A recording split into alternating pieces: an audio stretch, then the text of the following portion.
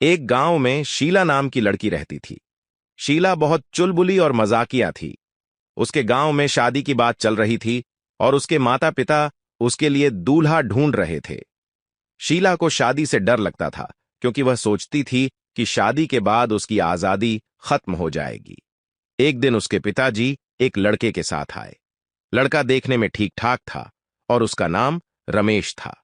शीला के पिताजी ने कहा, शीला, यह रमेश है। वह बहुत अच्छा लड़का है और तुम्हारे लिए बिल्कुल सही रहेगा। शीला ने मन ही मन सोचा कि उसे इस लड़के से बचने के लिए कुछ करना होगा।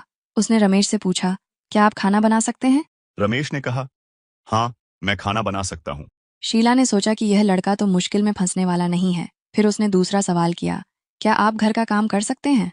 रमेश ने जवाब दिया, हाँ, मैं घर का काम भी कर सकता हूँ। शीला अब थोड़ी परेशान हो गई। उसने सोचा कि अब क्या पूछूं जिससे यह लड़का पीछे हट जाए। फिर उसने रमेश से पूछा, क्या आप सुबह जल्दी उठ सकते हैं?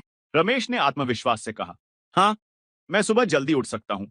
शीला ने मन ही मन सोचा, अब तो यह लड़का मेरे सारे सवालों के जवाब दे रहा है, अब क्या करूं? फिर शीला ने एक चाल चली और रमेश से कहा, ठीक है, लेकिन क्या आप जानते हैं कि मेरे पास एक तोता है जो हर सुबह गाना गाता है और उसे सुनकर ही मैं उठती हूँ?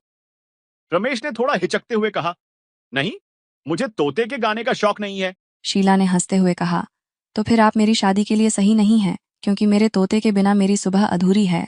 रमेश चौंक गया और शीला की बात पर हंसने लगा। उसने सोचा कि शीला कितनी मजाकिया और समझदार है।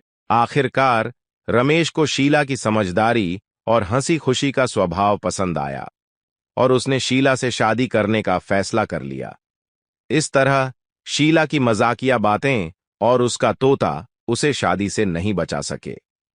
पर शादी के बाद भी शीला अपनी मस्ती और चुलबुले स्वभाव के कारण पूरे गांव में मशहूर हो गई।